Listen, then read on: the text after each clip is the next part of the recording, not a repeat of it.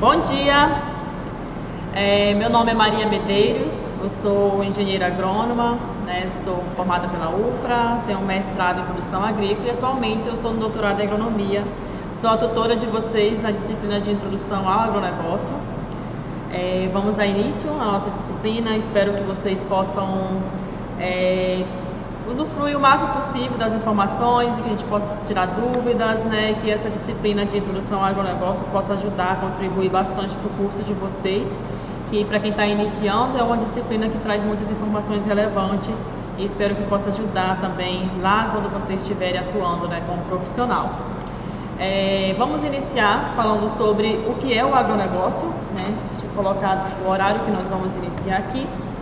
O que é o agronegócio, principalmente voltado para a nossa região de Paragominas, e também a nível nacional, que é o Brasil. Nós vamos abordar diferentes termos que estão relacionados a essas importâncias.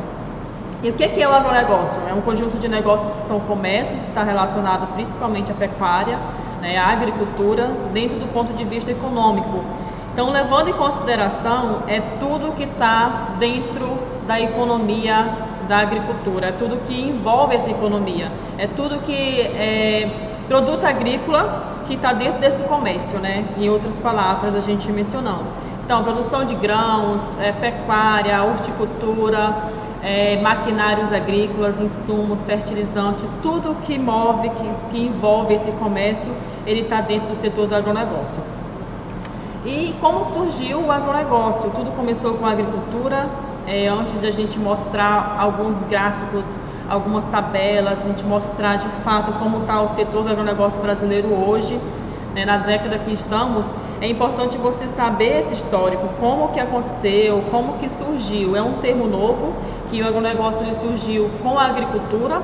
A gente sabe que décadas atrás esse termo ele não era utilizado e que isso ajudou muito para que pudéssemos ter um avanço aí na tecnologia dentro da agricultura, E um conceito bem básico sobre o agronegócio é que ele vem desse termo em inglês, que envolve uma cadeia de produção agrícola, que no Brasil esse termo ele foi iniciado em 1980, então como a gente pode observar é um termo novo, atualizado, que está voltado a uma cadeia de negócio, principalmente questão de tecnologia. Quando você fala de agronegócio hoje, que envolve diferentes setores de produção, desde a agricultura familiar, com a horticultura, com pequena produção, até os grandes produtores, você usa o termo de agronegócio.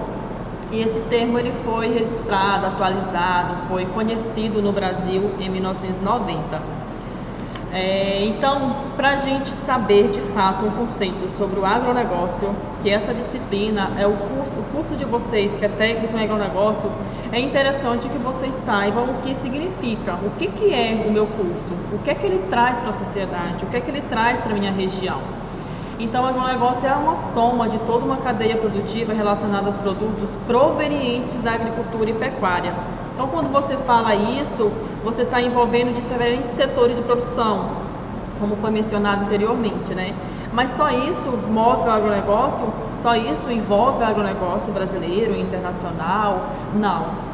Tudo está relacionado às empresas, às empresas de comercialização, ao próprio consumidor, à administração rural, às empresas rurais, aos produtores, aos maquinários, aos insumos agrícolas, tudo que move a parte econômica dentro do agronegócio, dentro da agricultura, da pecuária, ela relaciona a essa função, Ela move o agronegócio, que é uma questão de uma cadeia de produção. E um termo muito interessante que vocês devem levar para a vida de vocês, que é o que praticamente resume o curso de vocês, são essas 3 etapas que dividem o agronegócio, que é antes da porteira, dentro da porteira e depois da porteira. Eu acredito que você já deve ter ouvido falar desses termos, É muito comum, a gente usa muito isso no dia a dia. Quando você vai, por exemplo, trabalhar numa empresa, é muito interessante que vocês saibam o que significa antes, dentro e depois da porteira. Antes da porteira, como é que eu posso simplificar isso para vocês? Digamos que vocês serão contratados por uma empresa do agronegócio E aí vocês precisam administrar, vocês precisam ser o técnico responsável por essa empresa. Só que essa empresa ela está iniciando e é uma empresa de grande porte, digamos assim.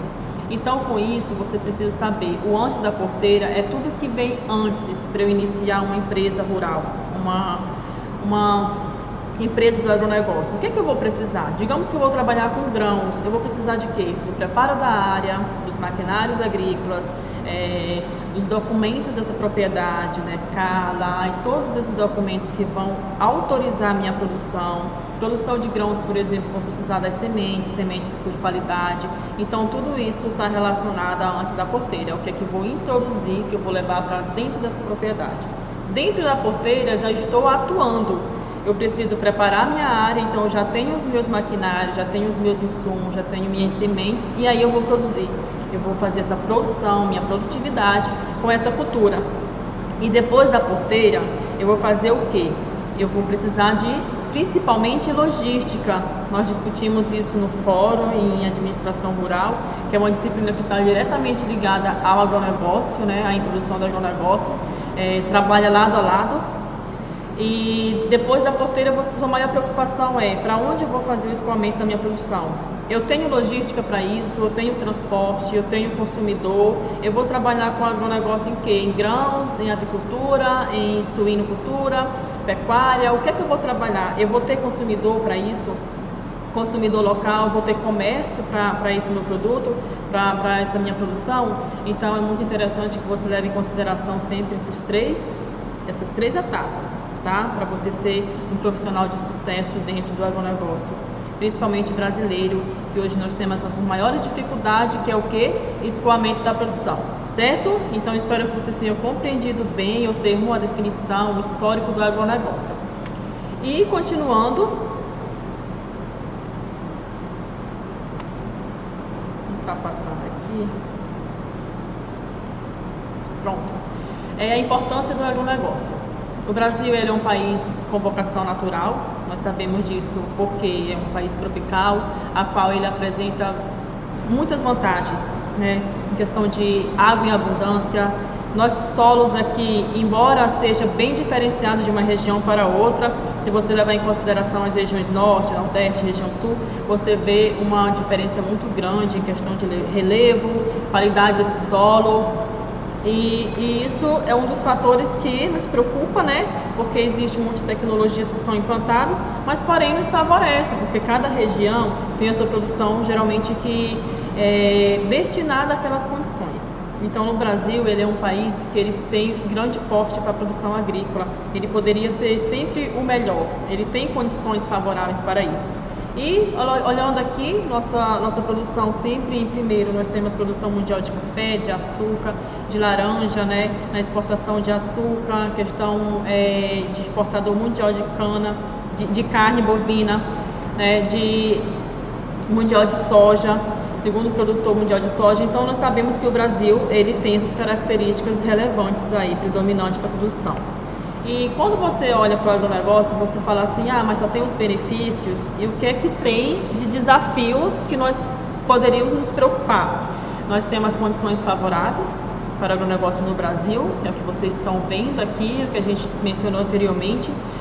Quando fala de água em abundância, luminosidade, clima favorável, solo, tecnologia de ponta, infelizmente essa tecnologia ainda é um pouco defasada, né? Nós precisamos de mais tecnologia, de investimento, de valorização dos profissionais de agrárias e das nossas áreas produtoras também, assim como nós temos os desafios. Quando se fala de logística, eu acredito que é um dos principais desafios que nós temos.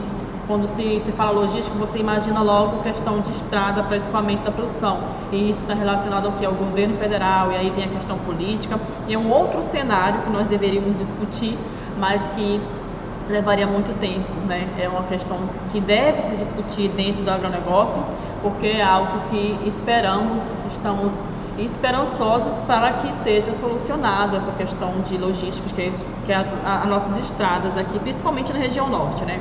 E mão de obra também, gestão empresarial, todos esses quesitos são de desafios para serem vencidos dentro do agronegócio. Nós temos aqui as extensões territoriais, com diferentes produções agrícolas que estão relacionadas ao nosso país. né? Cada região ela tem sua tecnologia, ela tem as suas culturas, tem o seu perfil adequado, adaptado a isso. E em relação às nossas culturas, né, a produção brasileira na produção e exportação mundial de produtos agrícolas, aqui são dados de 2014 que eu peguei da apostila de vocês. Eu trouxe muitas informações da apostila de vocês porque eu sei que vem a prova e vocês irão precisar dessas informações. Porém, eu tentei atualizar, né, tem dados atualizados, eu posso disponibilizar esse material para vocês, vai estar disponível na verdade, e aí vocês vão ter acesso, e isso é muito interessante quando você tem essa discussão de informações com outro profissional, quando você sabe de fato como é que está o setor do agronegócio brasileiro. Se eu sou um profissional de agrária, se eu sou do agronegócio, eu preciso conhecer o mínimo, né, como é que está a atuação, como é que está a situação atual da minha produção, seja regional, na região de Paragominas, ou nacional, internacional, porque isso é o que move o nosso PIB, né, então nós precisamos estar sempre atualizados. E nós temos aqui a modernização da agricultura, que está sempre ligado diretamente ao setor do agronegócio. Todos os dias nós temos inovações, todos os dias lançam uma variedade nova, um produto novo, uma patente autorizada, um produto químico diferente. Então isso é o que move, né, é o que está dentro da nossa modernização.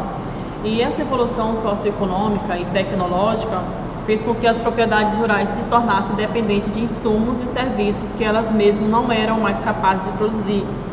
Que é uma pergunta que eu faço aqui a vocês, né, só como reflexão mesmo. Será que em décadas passadas a nossa tecnologia é a mesma de hoje? Os produtores eles eram tão dependentes de insumos agrícolas, de produtos químicos, de maquinários. Será que não existia mais uma mão de obra para atuar dentro dessa produção? Né? E a gente sabe que isso vem acontecendo e cada vez mais vai acontecer. Nós temos mais tecnologias com maquinários que fazem a substituição da atividade humana, né? E isso é bom, é um investimento, é uma modernização, porém deixa um pouco de lado a questão da produção agrícola, que são esses funcionários, esses produtores, essa mão de obra que muitas das vezes são qualificadas, e essa faz essa substituição. Então essa modernização da agricultura é como um incentivo à produção de alimentos. Nós sabemos que esse incentivo à produção de alimentos está voltado principalmente na agricultura familiar, pelo fato de a agricultura familiar é o que abastece a nossa mesa, né? Nós sabemos disso. Muitas vezes eles não estão dentro do agronegócio como desvalorizados. A gente pode considerar assim. Eles são desvalorizados porque não são mencionados, não são mostrados. Hoje você vê que quando se fala do agronegócio mostra sempre grãos, milho, soja. E tanto a agricultura familiar como também outras culturas, que é o que está dentro do nosso PIB, é o que movimenta a nossa economia. E isso é um incentivo à produção de alimentos, né? Se não for agricultura familiar, se todo mundo da agricultura familiar se deslocar para as zonas urbanas, como que vai ficar a nossa produção de alimento? Porque grandes produtores fazem exportação, pequenos produtores é o que nos alimentam. Então nós precisamos ser um profissional de agrária, ser um profissional do agronegócio e valorizar esses produtores também, tecnificar eles. Todas as vezes que tivermos oportunidades de mostrar uma tecnologia que seja de incentivo para que manter os produtores rurais da agricultura familiar produzindo, nós estamos contribuindo para o avanço e para o aumento da nossa produção de alimentos, né? Então são três pilares também, três etapas que estão junto quando se fala de modernização, que essa modernização da agricultura, vem o incentivo à produção de alimentos e vem a administração dos preços agrícolas. Você não consegue manter uma produção sem uma administração, né? Mais ou menos nesse sentido, porque a administração ela está diretamente relacionada ao agronegócio. Se você for montar uma empresa rural e você não administrar, que é a primeira etapa que deve se levar em consideração, você tem prejuízos futuros. Então, o que se faz? Um planejamento, né? Trabalhar com pessoas que sejam qualificadas na área de administração, porque vem a parte de economia, vem matemática, vem os cálculos, vem os investimentos. Então, vem várias etapas que está dentro da administração, para que depois possa ter o quê? Produção, produtividade, incentivo, tecnologia. Então, isso está diretamente relacionado, certo?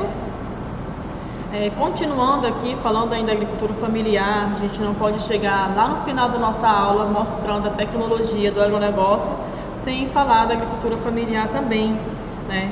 Que é uma expressão da agricultura familiar passou a ser utilizada no Brasil a partir de 1990, e o que movimentou muito a agricultura familiar em 1990 foi o Pronaf. Inclusive no chat nós estávamos falando sobre o Pronaf, foi muito interessante, foi muito bom falar. Inclusive estou aberta, né, para a gente trocar informações sempre que possível sobre essas questões de valorizar o agricultor familiar, que também está dentro do agronegócio brasileiro. E o Pronaf ele veio com o objetivo de prover crédito agrícola e apoio institucional às categorias de pequenos produtores rurais. Imagine antes esses produtores eles terem que manter a sua produção com recursos próprios.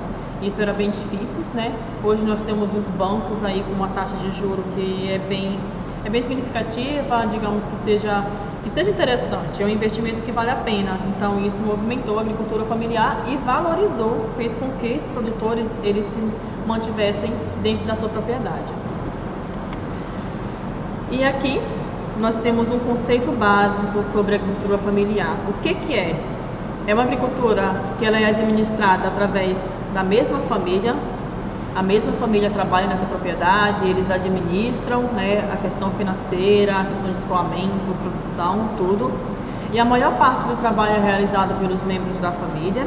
E a propriedade dos meios de produção, mas nem sempre a terra deve pertencer à família, deverá ser feita no interior da propriedade a transmissão desses meios de produção, certo? Bom, aqui eu achei muito interessante trazer para vocês essas porcentagens de produção. De acordo com o Ministério do Desenvolvimento Agrário, a agricultura familiar é responsável pela produção principais dos alimentos consumidos hoje pela população brasileira. Imagine aí, né? Nós estamos quase na hora do almoço e você vê que praticamente tudo que a gente consome no dia a dia vem da agricultura familiar. 84% da mandioca, 67% do feijão, 54% do leite, 49% do milho, 40% das aves e dos ovos, 58% dos suínos. E ainda tem muito mais que não vem mostrando aqui para vocês. Mas essas porcentagens, ela é de acordo com a FAO 2014. Foi um ano que enfatizou muito sobre a agricultura familiar. Eu acredito que vocês têm recordação desse ano, que foi o Ano Internacional da Agricultura Familiar. Foi o ano a qual o Pronaf ele veio assim mostrando a sua força, a sua atuação dentro da agricultura familiar, valorizando esse produtor rural. E aí depois disso, infelizmente, né, em 2014 passou um tempo que ficou ainda, se manteve nessas condições, a política em si valorizou a agricultura familiar. E depois, 2019, 2020, infelizmente, a gente viu uma queda aí dessa valorização.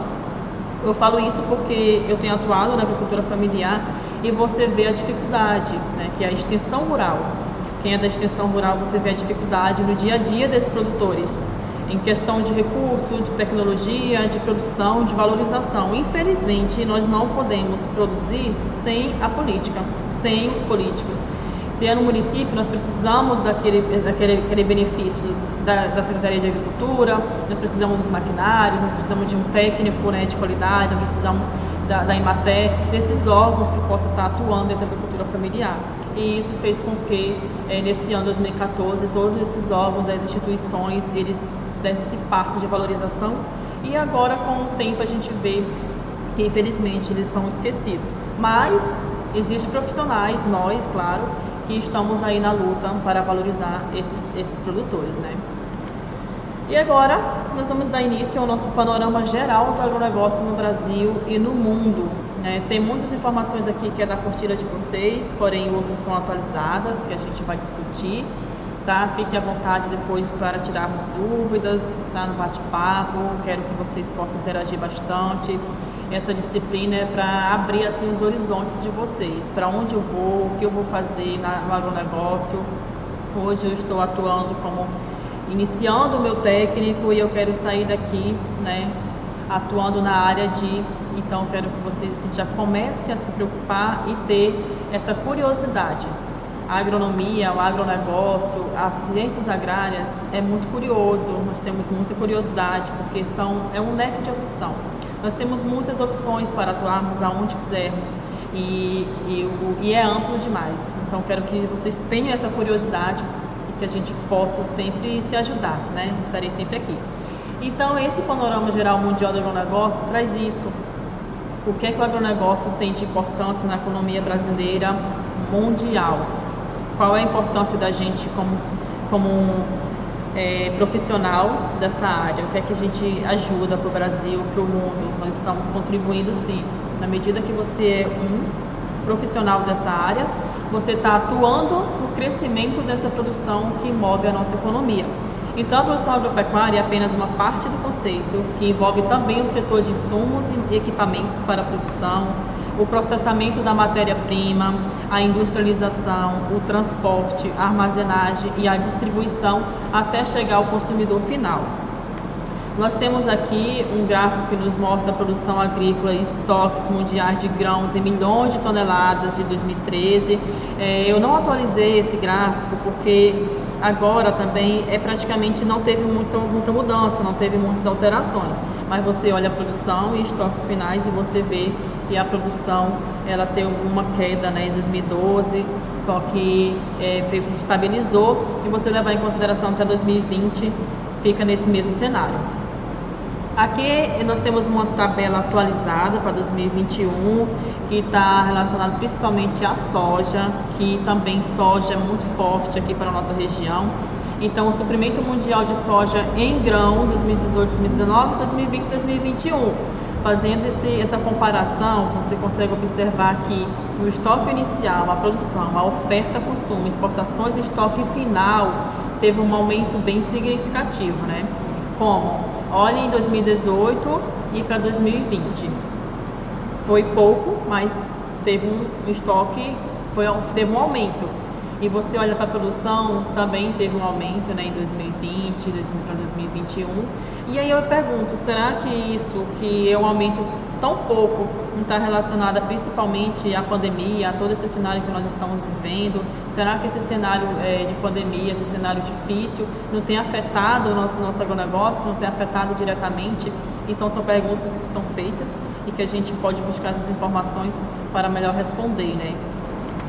E aqui nós temos o suprimento brasileiro de soja em grão para 2021 também. Você observa que teve uma queda nesse estoque, ao consumo, à oferta e às exportações também, né? Comparando para 2018 aumentou, mas para 2019 reduziu o número de exportações, então isso significa que a quantidade de produção também foi inferior. Nós temos aqui a participação dos maiores produtores mundiais de soja, né, onde o Brasil tem como segundo produtor, vem com a Argentina, China, e aqui a participação por região. Por que a região norte ela corresponde a apenas 3%? Onde está o Pará aí dentro dessa porcentagem? Então, isso são perguntas que a gente deve se levar em consideração. Por quê? É falta de tecnologia? É falta de logística? O que é que afeta tanto? Porque nós temos uma produção significativa. Por que ela não apresenta nesse cenário nacional, né? E aqui nós temos um panorama que nos mostra, como lei básica do mercado, que quando os estoques começam a diminuir muito, os preços no mercado internacional de grãos aumentam, prejudicando em maior escala a população dos países menos favorecidos. Não é isso? Então isso está muito relacionado àquela questão, oferta, demanda, né? E isso nos representa muito que tudo afeta. A pandemia afeta, o dólar afeta, ou seja, índice da população. Outra questão também, maquinários agrícolas, tecnologia. Então tudo isso afeta diretamente o agronegócio, que é a produção de alimentos, que é a produção de grãos, que é um dos principais produtos da exportação, milho e soja. E aqui o Brasil é conhecido como o celeiro do mundo, mas de que adianta produzir tanto se as estradas e os portos não conseguem escoar a produção. A gente via muito isso, se eu não me recordo foi 2018 ou 2017, não me lembro, que o Brasil ele passou por um processo muito difícil, com muita produção e não tinha escoamento, né? Tivemos perca de produção de grãos porque não tinha armazenamento. Então isso faz o quê?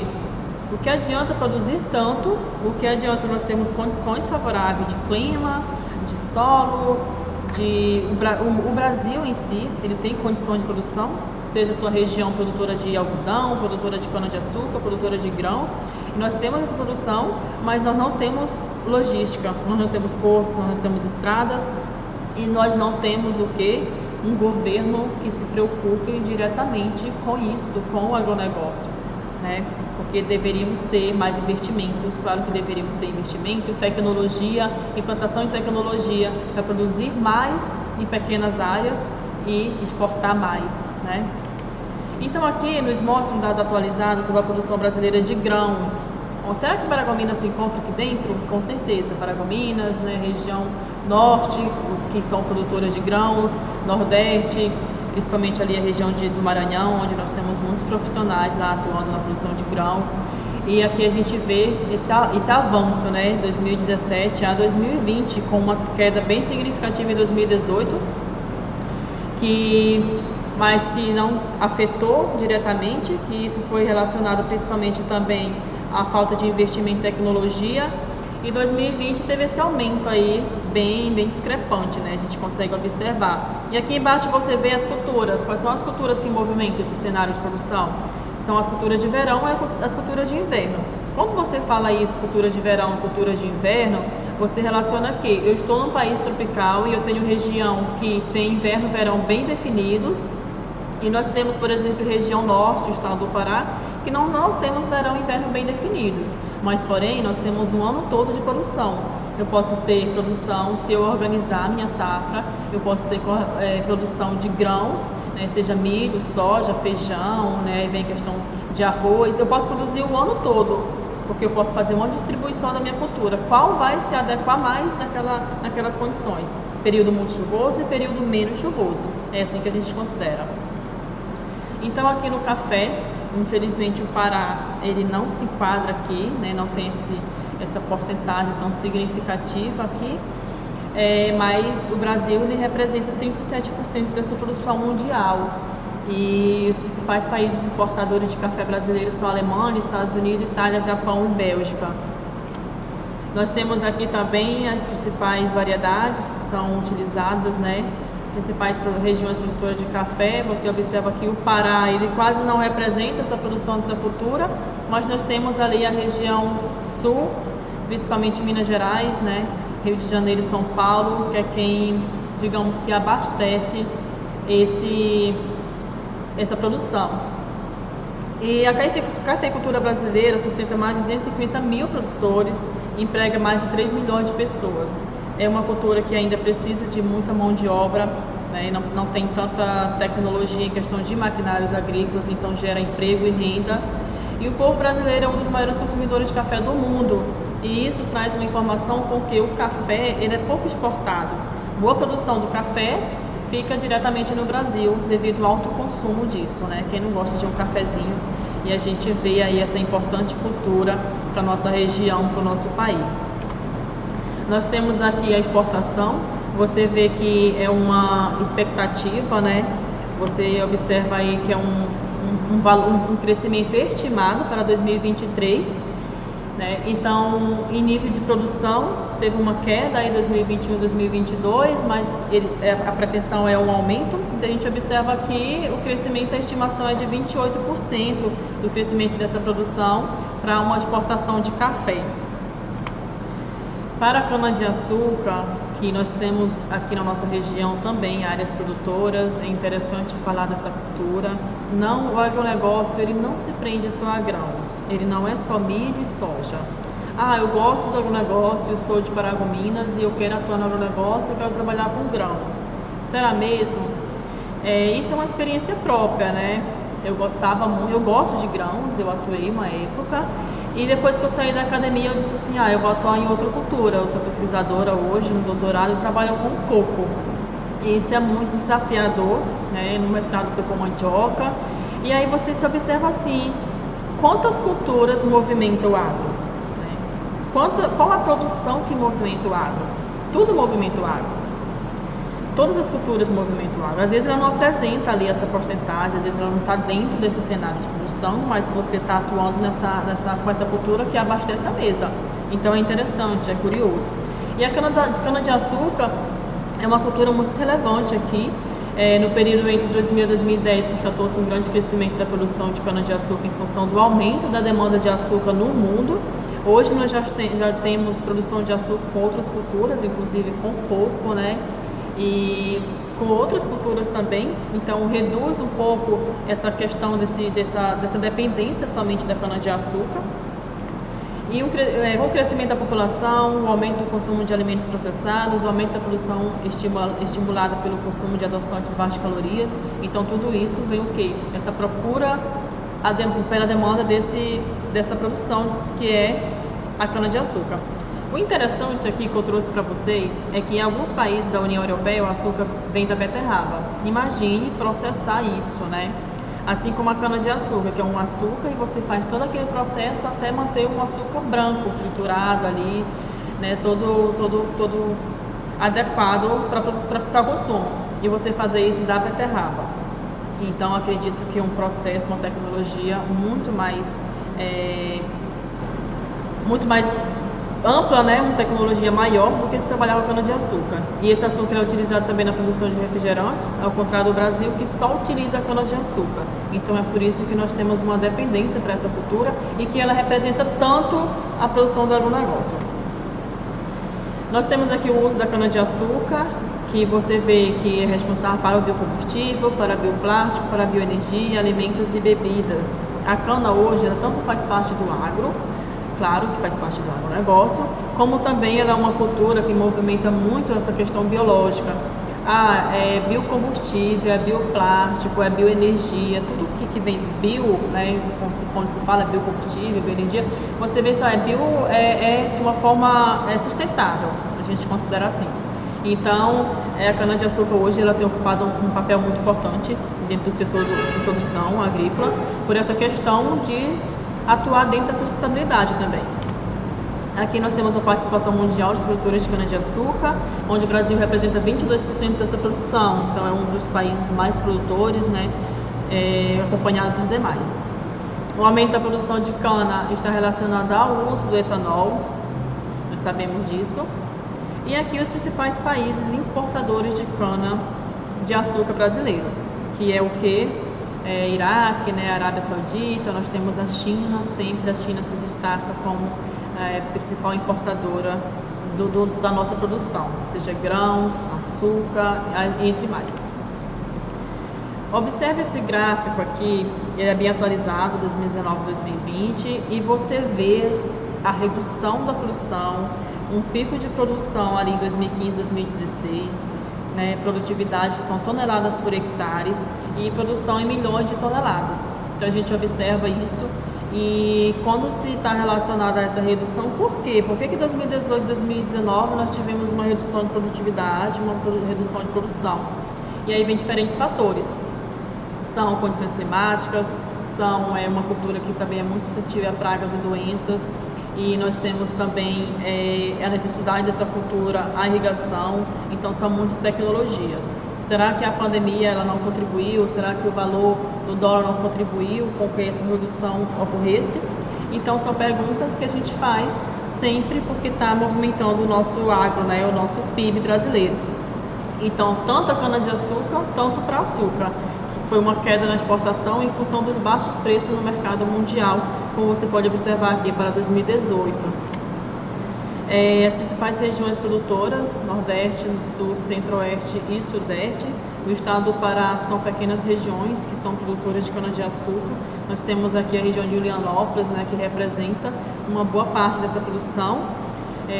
A região ali da Pagrisa, né, que é essa empresa que trabalha com cana-de-açúcar, representa tanto a produção de cana-de-açúcar, como também de irrigação. É uma área que tem uma tecnologia bem ampla e a gente vê essa importância aí na produção dessa cultura.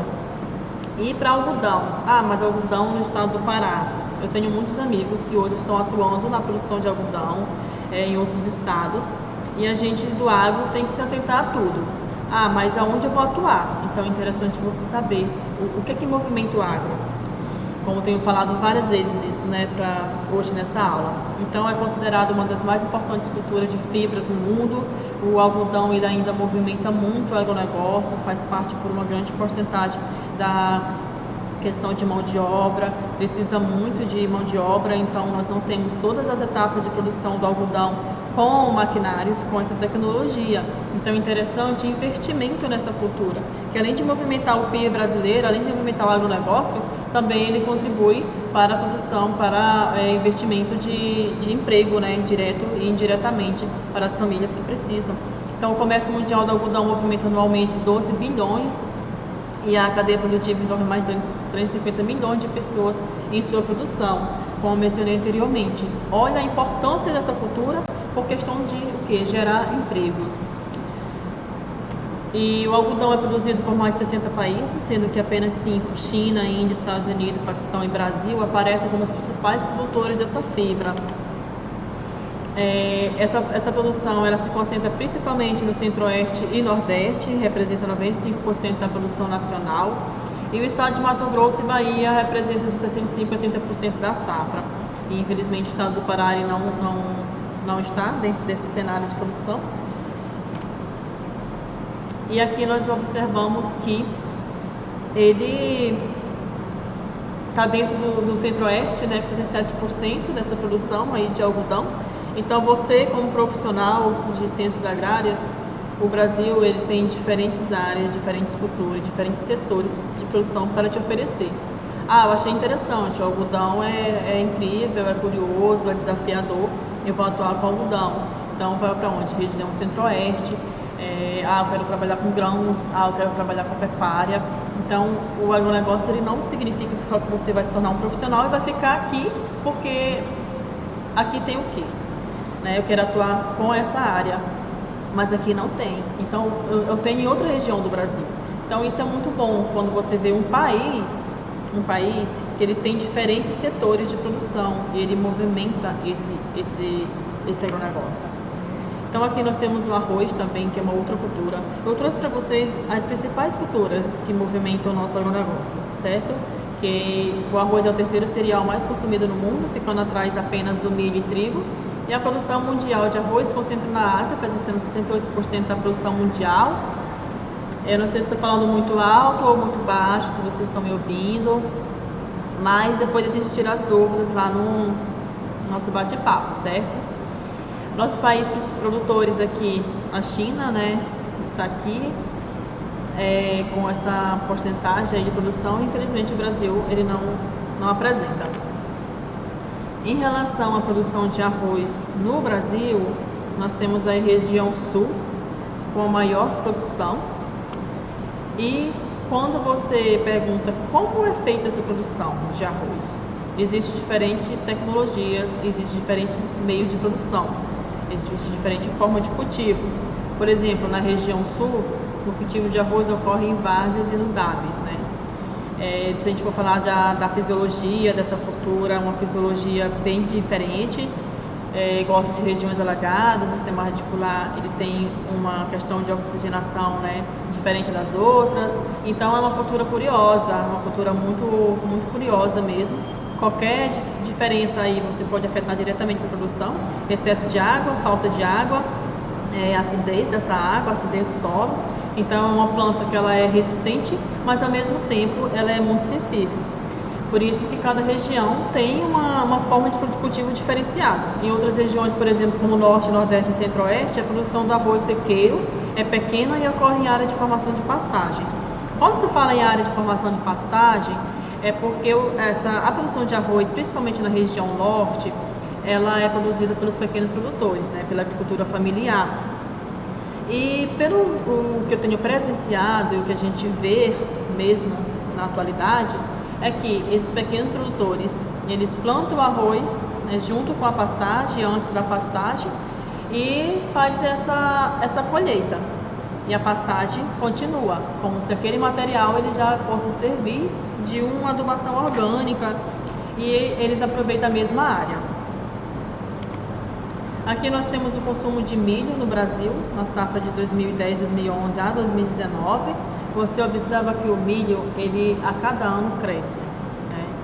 é uma cultura que é resistente, é uma cultura que não perde muito em questão de mercado, seja em questão do valor, né, e da qualidade. Então sempre tem aumentado essa produção de milho aqui, quando a gente observa esse gráfico atualizado. Nós temos a demanda no Brasil. O milho é um cereal produzido no mundo onde 75% da demanda é destinado à produção de alimentação animal, aves e suíno, né, para a fabricação de rações. E aqui a gente observa que 60% vai para a avicultura. E vem com a suinocultura, pecuária, indústria de sementes, entre outros. Quais são os principais países na produção de milho 2018-2019? Nós temos aí Estados Unidos, China, Brasil, União Europeia, né, Argentina e assim segue. A participação de cada região, você vê que a região norte, você imagina assim, mas nós somos grandes produtores de grãos, de milho, aonde que está essa porcentagem? Quando nós comparamos a nossa área produtora, a nossa dificuldade de escoamento, a nossa logística, a nossa tecnologia, os nossos insumos, maquinários, tudo que às vezes é mais caro para a região norte, nós observamos que as outras regiões estão bem mais avançadas. Então isso é o que responde a essa curiosidade. Será que nós representamos muito nessa produção? Centro-Oeste representa 43%, né? E aqui nós temos a questão de carne, não poderíamos deixar de falar das carnes, porque movimenta muito o agronegócio, principalmente carne bovina, que é o que traz o que é a produção da agropecuária, a produção de gado de corte, né? Nós temos aí essa sempre, todos os dias, nós temos essa exportação, seja a produção de carne ou animal em pé, como a gente chama, e isso movimenta muito. Está diretamente relacionado aí a esse aumento e diminui e aumenta a questão do dólar, e a gente já sabe que afeta todos os dias, melhora ou não o nosso PIB e o nosso agronegócio. E um dos principais setores que interferem nisso é a produção de grãos e carne, que é o que faz a exportação todos os dias, né? Você observa aqui esse cenário, que teve um aumento bem significativo, com um decréscimo aí, e para 2020, 2021 estabilizou, nós não temos esse aumento de produção. Aqui os principais países também de carne em 2018, você vê aí que Estados Unidos, Brasil, União Europeia e China sempre são os 4 principais países mais produtores, né, que movimentam, eu acho que o mundo no setor de produção do agronegócio. E o Brasil deveria o quê? Ter mais valorização. Eu acho que deveríamos pensar nesse quesito, né? O quanto nós somos desvalorizados e o quanto nós participamos dessa produção mundial.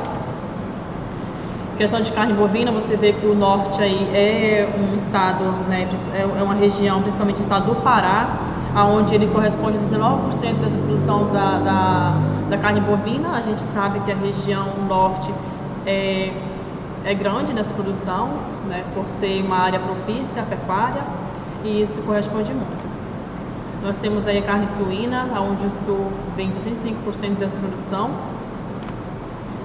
E aqui a produção mundial de frutas, né? Quando você fala de frutas, você vê aí o que é que mais cresce, o que é que mais abastece aí esse mercado. Nós temos bananas, melancias, uvas, maçã, laranjas, coco. E é muito bom quando você vê essas culturas, por exemplo, coco, eu sou suspeita a falar, mas que é interessante quando você fala de uma cultura que era de outra área, por exemplo, de outra região, e que você vê que o estado do Pará tem essa adaptabilidade para uma cultura, né, por exemplo, coco, açaí, né, palmeiras em geral. Nós temos condições edafoclimáticas, solo, clima, chuva, né, precipitação, temperatura, tudo nós temos condições adequadas para a produção dessas culturas. Por que não avançar? Por que o açaí ele não tem esse avanço no nosso estado? Por que nós não somos assim tão, como é que eu posso considerar, valorizados com a produção do açaí? Por que nós não temos essa valorização? Por que o agronegócio não foca com todo intuito, incentivo, né, tecnologia para essa cultura? Então são perguntas diárias que você, atuando na área, você se pergunta por quê? Eu, como profissional, eu devo melhorar isso, eu devo contribuir para o meu estado ele ter essa valorização. Então eu falo do coco nesse sentido. Hoje o coco ele já responde por isso, né? Região norte já tem essa participação, Então é muito bom quando você vê que essa cultura está dentro dessa produção. Tá dando para ouvir lá?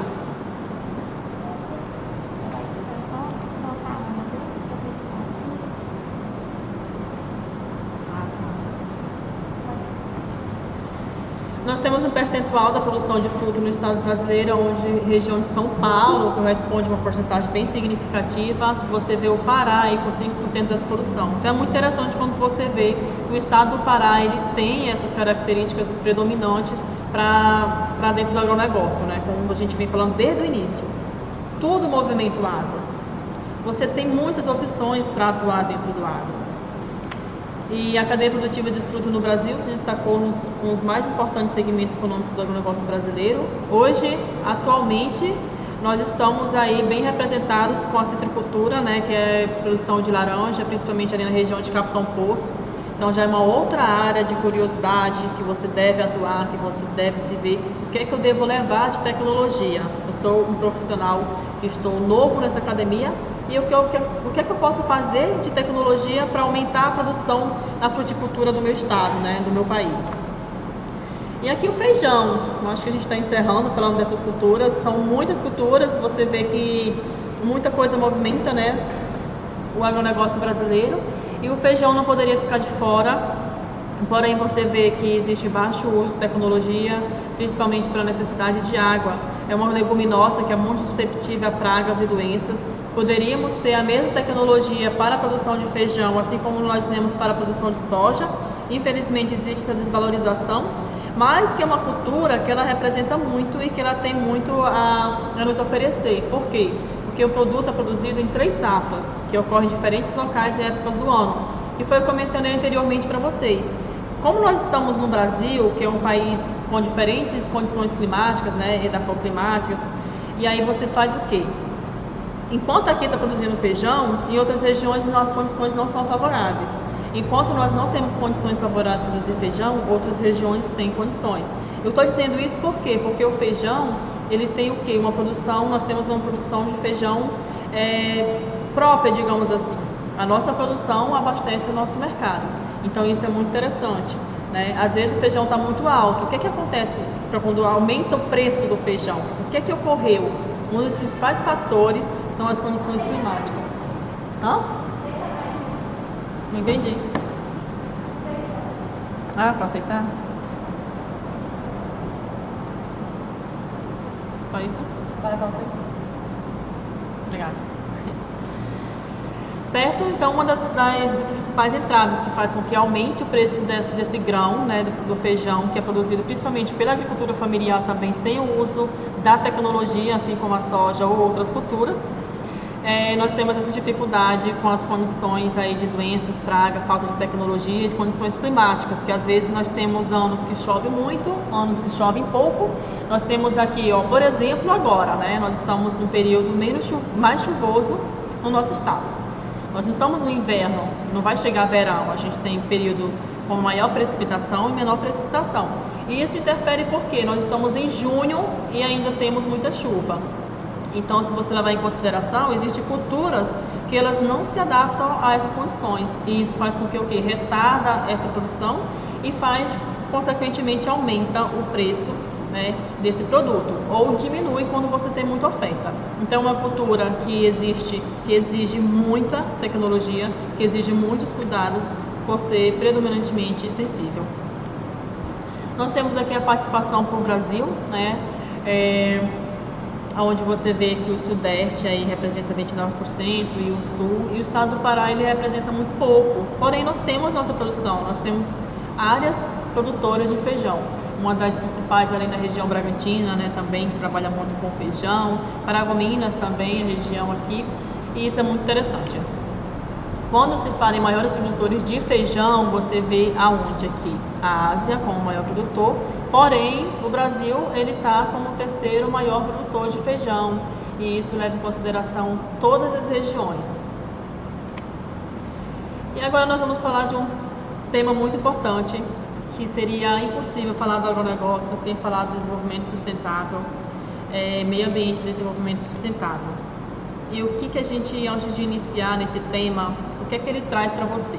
Você, como profissional de agrárias, nunca e jamais deve se pensar apenas em aumento da produção, da produtividade, sem pensar na sustentabilidade, certo? Existem diferentes maneiras que você deve estar fazendo esse envolvimento da sustentabilidade dentro do agronegócio. E o desenvolvimento sustentável busca a eficiência econômica junto com a eficiência social e ecológica, um tripé de ações que devem caminhar juntas. E isso vocês devem levar por toda a vida. Existem diferentes técnicas, né, que devem ser implantadas, porém nunca deixar de lado de trabalhar o desenvolvimento sustentável, a sustentabilidade, a ecologia, a valorização de todos esses aspectos. E uma definição, o que é sustentabilidade? Conservação e desenvolvimento, conservação da biodiversidade, né? Um dos principais fatores que a gente leva em consideração a conservação da biodiversidade, por exemplo, um exemplo bem prático mesmo para vocês, é a questão da polinização. Imagine que você tem uma área e que você vai trabalhar nessa área sem pensar nessa conservação. E você faz um desmatamento ali. Você vai trabalhar com açaí, ou com coco, ou qualquer outra cultura que é predominante, que é dependente da polinização através de insetos, principalmente as abelhas. Você vai ter esses insetos polinizadores? Não. E, consequentemente, você não terá uma produção. Então, é muito interessante que, quando a gente trabalha com o agronegócio, você tem que trabalhar pensando em tudo. O que é que eu devo fazer? Já? Meu óculos? Tem ninguém aqui. Pronto, deixa eu continuar. Desculpa, tá? Voltando aqui sobre a conservação e desenvolvimento, é interessante que você leve sempre em consideração isso. Sobre a biodiversidade, sobre a conservação conservação do campo em si, né, do que é que você tem para oferecer para essas culturas. Satisfazer a necessidade básica dos seres humanos, alcançar a equidade e justiça sociais, promover a diversidade social e cultural e manter a integridade ecológica. Isso está relacionado ao solo, ao clima, né, à ausência de desmatamento. Fazer o quê? Eu vou produzir muito, eu vou desmatar muito. Não, você pode produzir muito numa mesma área, basta você implantar tecnologias qualificadas. E aqui, o que é o agronegócio sustentável? Uma coisa muito prática. Hoje, todo fazendeiro, todo produtor de soja, fazendeiro, o que eu falo é porque trabalha com outras culturas, coco, açaí, não necessariamente grãos, né? E aí você fala assim, todo mundo, todos os produtores, inclusive você, se é produtor, você aluno também é produtor, seus pais são os produtores. Isso é interessante que hoje, pelas leis, pelas fiscalizações, nós não podemos trabalhar sem levar em consideração a sustentabilidade. Nós precisamos deixar uma área de conservação, nós precisamos realizar documentos que comprovem isso. E hoje as empresas elas estão muito curiosas e preocupadas com isso, porque tem muitos benefícios também. Quando você trabalha com sustentabilidade, quando você trabalha com conservação da biodiversidade, você recebe muitos benefícios com isso, né? Os seus projetos, eles são aprovados, a sua área, ela é valorizada, então é muito interessante que você sempre coloque isso em questão quando você vai fazer um projeto, quando você vai atender um produtor, seja um consultor, seja você um consultor. E quando se fala de produção, precisa se considerar o mercado consumidor, certo? E atualmente tem ocorrido um aumento de consumo saudável, no qual existe por parte do consumidor a preocupação com a origem e a qualidade dos alimentos. Quando se fala essa origem e qualidade dos alimentos, é quando você se vê o que? A biodiversidade, a sustentabilidade, a ecologia dentro dessa área de produção. Porque eu vou estar consumindo um produto que ele vem de uma área que se preocupa com o meio ambiente. E dos produtos, né? E também com a postura das empresas em relação às responsabilidades social e ambiental. Inclusive, nós temos uma disciplina que fala muito sobre responsabilidade social e ambiental e que está diretamente ligada ao agronegócio. Você não consegue trabalhar, produzir, pensar apenas em produzir soja, eu vou trabalhar com soja, eu vou ter maquinários, eu vou preparar o meu solo, eu vou trabalhar com diferentes insumos, a gente até teve um fórum, né, sobre isso, sobre esses insumos agrícolas, porque que o Brasil ele é altamente dependente de produtos químicos ainda. Então é importante quando o produtor ele trabalha com essa preocupação. E esse momento na demanda por produtos saudáveis faz parte de uma das tendências mundiais da alimentação. sendo que também tem destaque ao consumo de alimentos éticos, né? As praticidades e a busca dos produtos e o consumo de produtos verdes. E o que é o produto verde? É porque o produto é verde? Não, tem todo um histórico por trás disso. Tem todo um cenário de produção. Ele é verde porque ele é ecológico, porque não usa produtos químicos, né? E existe muito isso. Isso qualifica o seu produto, faz com que você possa vender, oferecer com um preço superior aos demais.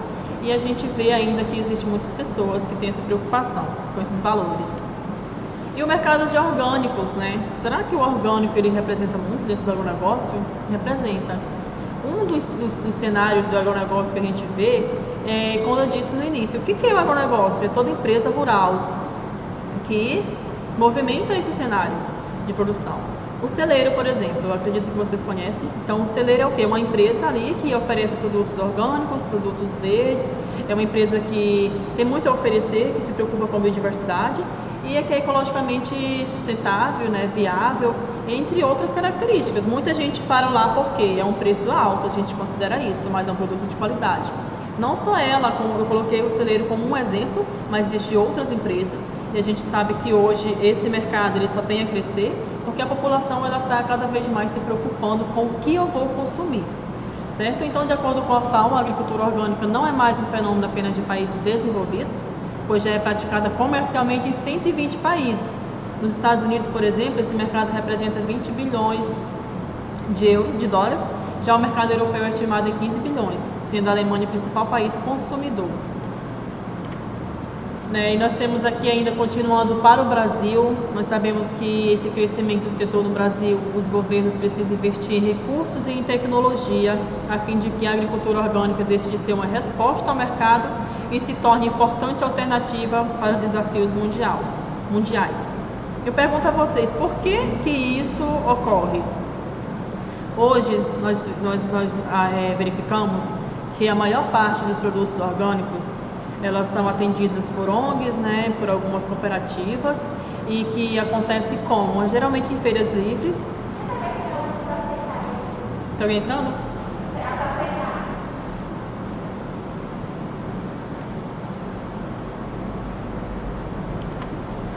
Certo? Sim, permiti. Daqui a uns 10 minutos eu termino. Aí eu faço o bate-papo. Certo? Então precisa ainda de muitas alternativas e desafios mundiais para que o Brasil ele possa ser considerado ainda um grande produtor de produtos orgânicos, que isso também movimenta e valoriza o nosso agronegócio brasileiro, né? E infelizmente nós ainda não temos esse investimento, essa valorização. Poderíamos ser exportadores também de produtos orgânicos, claro que isso ia favorecer principalmente a agricultura familiar. Nós sabemos que a agricultura familiar é dependente dessa produção e que é um dos maiores produtores, né, desses produtos orgânicos aí, principalmente para a horticultura e para a fruticultura. Ecologicamente equilibrado, socialmente justo, mas que também precisa ser economicamente viável. Será que nós temos um mercado ecológico, um mercado de produtos orgânicos economicamente viável? Não, porque a nossa representatividade ela é muito restrita. Como eu falei anteriormente, nós somos representados geralmente por ONGs ou por cooperativas e não por questões políticas ou governamentais. Nós não temos defensores que nos apoiam, que faz com que, por exemplo, nos valorize, assim como a produção de grãos é tão valorizada. Nós temos um comércio solidário e justo, que ele é representado principalmente com esses aspectos, que é a justiça social, respeito ao meio ambiente, transparência, preços justos, solidariedade, desenvolvimento sustentável, transferência de tecnologia e aumento da renda dos produtores. Você, como profissional de agrárias, como técnico em agronegócio, você vai entrar numa empresa, você está preocupado com esse comércio solidário e justo? Será que nós estamos prontos para atender dessa forma, com esses princípios básicos? Às vezes sim, mas provavelmente a empresa ou o nosso chefe, talvez não. Então é o nosso dever, é o nosso papel levar essas informações para que possamos trabalhar de uma forma justa, né, solidária e economicamente viável e sustentável. Nós estamos finalizando a nossa aula, mas eu não poderia deixar de falar do novo Código Florestal, eu vou falar um pouco sobre sobre essas documentações necessárias quando você vai atuar dentro do agronegócio, certo? Então é interessante isso, claro que vai ter uma disciplina que eu acho que é a legislação agrária e ambiental, que fala bastante sobre esses quesitos, sobre o novo código, sobre a responsabilidade do técnico, você como técnico de agronegócio, como profissional de agrária, a responsabilidade que você vai ter, principalmente nessa questão aí de projeto, né, essa questão aí de documentação da propriedade. Então, o que o novo Código Florestal nos trouxe? O novo Código, ele nos fala que, dando um enorme salto na história brasileira, foi em 1934, por meio do decreto 23.793, que instituiu o novo Código Florestal. E aí veio as mudanças. Só um momento. Veio a lei federal, que na nova versão foram estabelecidos pontos com limitações ao direito à propriedade, né, relacionada ao uso e exploração do solo e das florestas. Será que antes as pessoas trabalhavam com essa preocupação da exploração do solo e das florestas? Eu vou só desmatar, produzir, eu vou retirar minha floresta, produzir, porque o Brasil precisa desse movimento do agro, precisa movimentar o meu PIB brasileiro. E onde está a conservação? Onde está a minha proteção de solo? E, né, então isso foi muito bom quando veio essa mudança. E veio uma nova lei também que altera o conceito de reserva florestal e área de preservação permanentes, que é não permitindo mais o desmatamento das áreas nativas, porém manteve a autorização para que o proprietário das terras fizesse a reposição das áreas desmatadas com espécies exóticas e as utilizasse com fins econômicos. E isso a gente vê muito, né? Quando você vê aí o reflorestamento, que é principalmente com eucalipto, e você vê que com o tempo essa floresta, esse desmatamento ele ocorre, porém ocorre uma reposição, um novo plantio. Então isso é uma forma de produzir, né, e que posso estar contribuindo para a utilização aí dessa preservação. Então essa lei também alterou os limites de APP, isso é muito interessante, isso é muito bom. Eu já deixo a vocês um recadinho aqui, se vocês puderem ver a apostila, o material de legislação agrária e ambiental, a qual ele mostra, a apostila mostra todos esses quesitos. Isso, eu vou dizer a vocês uma coisa, não importa a área que vocês vão atuar, essas questões de responsabilidade, essa questão de documentação, é uma coisa que são perguntas feitas diariamente da nossa área. Sempre alguém vai perguntar, você é de agrários, você é técnico agropecuário, técnico do agronegócio, você é engenheiro agrônomo, me fala aí sobre o novo Código Florestal, o que é que mudou? Mesmo durante todo esse tempo, as pessoas ainda não se atualizaram e sempre perguntam, quanto devo deixar de reserva, quanto posso desmatar? Então são perguntas que são feitas diariamente, né? E embora você não atua nessa área de legislação, mas é interessante saber, porque isso vai conviver com você para sempre. Então é interessante que desde 5 metros para 30 metros, sendo que nos rios com mais de 200 metros de largura, a APP passou a ser equivalente à largura do rio. Eu só trouxe informação para nível de curiosidade, mas na apostila inclusive tem muitas imagens aí que mostram essa área de reserva que deve se manter. Tem uma nova lei federal que determinou a criação da reserva legal e alteração de APP. É muito interessante, inclusive eu aprovei muito essa reserva legal, né? É muito bom quando você vê isso dentro de uma propriedade. Você chega e aquela propriedade, seja na agricultura familiar ou grande produtor, ele tem essa reserva legal, ele tem essa APP, ele tem tudo isso em documentação. Isso não vai afetar a produção dele. Ele tem uma área gigantesca ali para ampliar, para produzir, né? Pode tecnificar aquele solo, aquela cultura e não desmatar essa reserva. E uma medida provisória, né, que altera esses conceitos e limites de reserva legal e APP, que alterou os conceitos de reserva e área de preservação permanente. Estou tentando correr para a gente manter nosso prazo aqui, né? Nós atrasamos no início, mas vai dar certo. A reserva legal passou a ser definida como área localizada no interior de uma propriedade ou posse rural. É interessante que você saiba essa diferença. Existe área de APP, existe reserva legal, né? Então, tudo isso tem que se saber a diferença. O que é? Onde eu devo deixar? A reserva legal, aonde fica dentro da minha propriedade? A área de APP, aonde eu vou deixar a minha área de APP? Se eu tiver várias áreas de APP, várias áreas para deixar de reserva legal, você tem que documentar isso, porque o CA é registrado através de coordenadas geográficas. Então, à medida que você faz esse documento e você resiste o tamanho dessas áreas, isso fica por muito tempo. E quando é atualizado esse documento e essa área, por exemplo, não existe mais, é uma multa para esse produtor. Então, são questões que você deve se levar em consideração. O que muda com o novo Código Florestal em áreas consolidadas, né? Mudou que teve a implantação e fiscalização desses espaços que estarão sujeitos ao cadastro ambiental rural, que é o CA, ele é obrigatório, e institui-se que o módulo fiscal, que é a unidade de medida expressa em hectares, fixada para cada município, considerando fatores como tipo e exploração predominante no município e renda. Outro quesito deve se levar em consideração. Oi? Certo.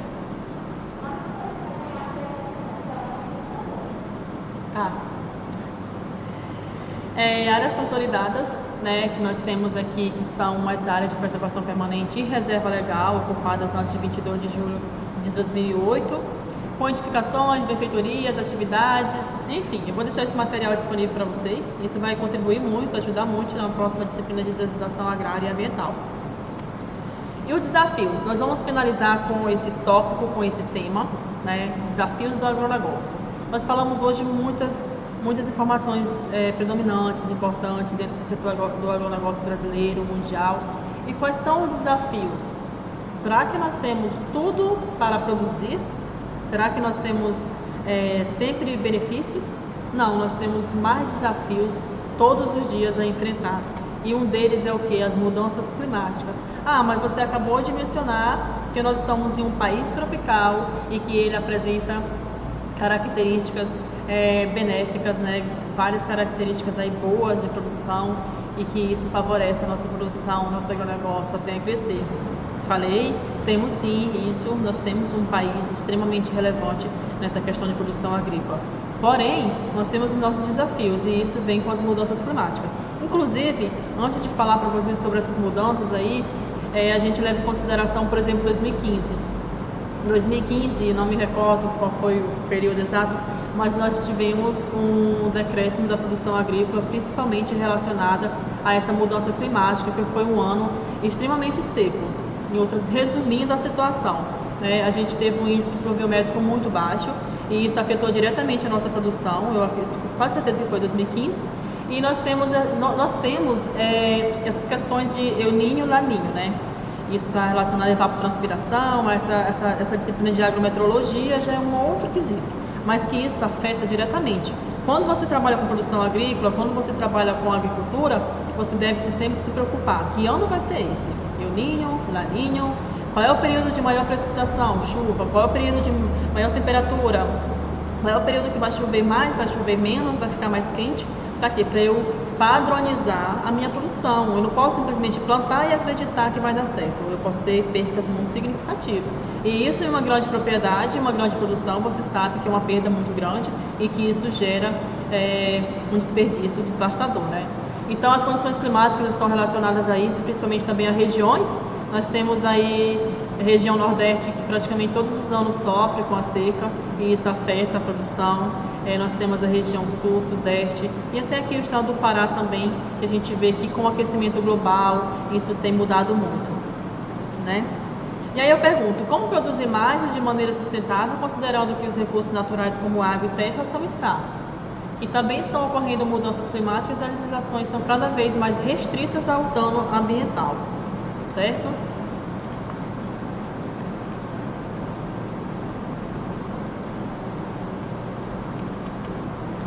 Então é necessário proporcionar mais produtividade ao agronegócio e conseguir produzir muito mais alimentos sem destruir o que restou do seu patrimônio natural. Que foi o que a gente falou sempre aqui sobre reserva, sobre conservação, biodiversidade. Um dos quesitos também levado em consideração como desafios é o consumo de fertilizante por cultura. Nós somos muito dependentes, né? Principalmente a soja. Você vê aí que depende 25% do mercado de fertilizantes. Nós temos o milho, cana-de-açúcar, café e algodão. Inclusive, as culturas que nós discutimos aqui, que são as principais culturas que movimentam o agronegócio brasileiro, a nível de produção, de exportação, geração de emprego e renda, maquinários agrícolas, enfim, essas culturas é o que mais movimenta o nosso setor e é o que mais depende do mercado de fertilizantes. Aqui nós temos um consumo de fertilizante por região. Você vê aí a região norte com 14% dessa dependência, né, desse fertilizante. E você vê aqui o Brasil, maiores consumidores mundiais de fertilizantes. O consumo mundial de fertilizante também tem algumas perguntas que fica para vocês. Qual a atuação e produção brasileira de fertilizante? Quais são os principais países exportadores? É possível utilizar na agricultura um substituto sustentável do fertilizante químico? Hoje, na academia, hoje como pesquisadora, eu tenho a dizer a vocês essa última resposta, que são desafios que nós estamos vencendo. Hoje nós temos muitos produtos à base biológica, que são testados principalmente na soja, inclusive aqui em Paragominas nós temos um produto à base de tricoderma, que hoje ele é um inoculante, é um conservante, hormônio, e é natural e faz praticamente o mesmo benefício, inclusive melhor. Hoje nós temos já resultados de produtividade por hectares que favorecem essa produção, e que isso é muito bom, é um benefício para a gente, é um desafio alcançado quando você vê que a pesquisa ela consegue atender. Aonde você imaginaria que um produto biológico ia substituir um produto químico dentro da produção de soja? E hoje nós temos esses desafios. Então é interessante, tudo é inovação, tudo é tecnologia. Então aí vem uma pergunta, nós vamos finalizar nossa aula, e ele pergunta a vocês: é possível expandir o agronegócio sem desmatar? Tem aqui uma informação, inclusive do Pará, que nós temos cerca de 23 milhões de hectares de áreas antropizadas, cujas características foram alteradas pelo homem, antropização, das quais mais de 16 milhões são pastagens, algumas de baixíssima produtividade. Logo, é possível aumentar a produção sem avançar sobre a floresta? Sim, é possível. Nós conseguimos expandir o agronegócio sem desmatar, porque nós temos hoje uma tecnologia bem difundida, nós temos hoje profissionais qualificados que são capazes de aumentar a produção sem um desmatamento. Certo? Então, muito obrigada pela atenção de vocês, e eu tenho uma mensagem aqui que é: semear ideias ecológicas é plantar sustentabilidade. Não esqueçam que o agronegócio ele não se mantém sem a sustentabilidade, certo?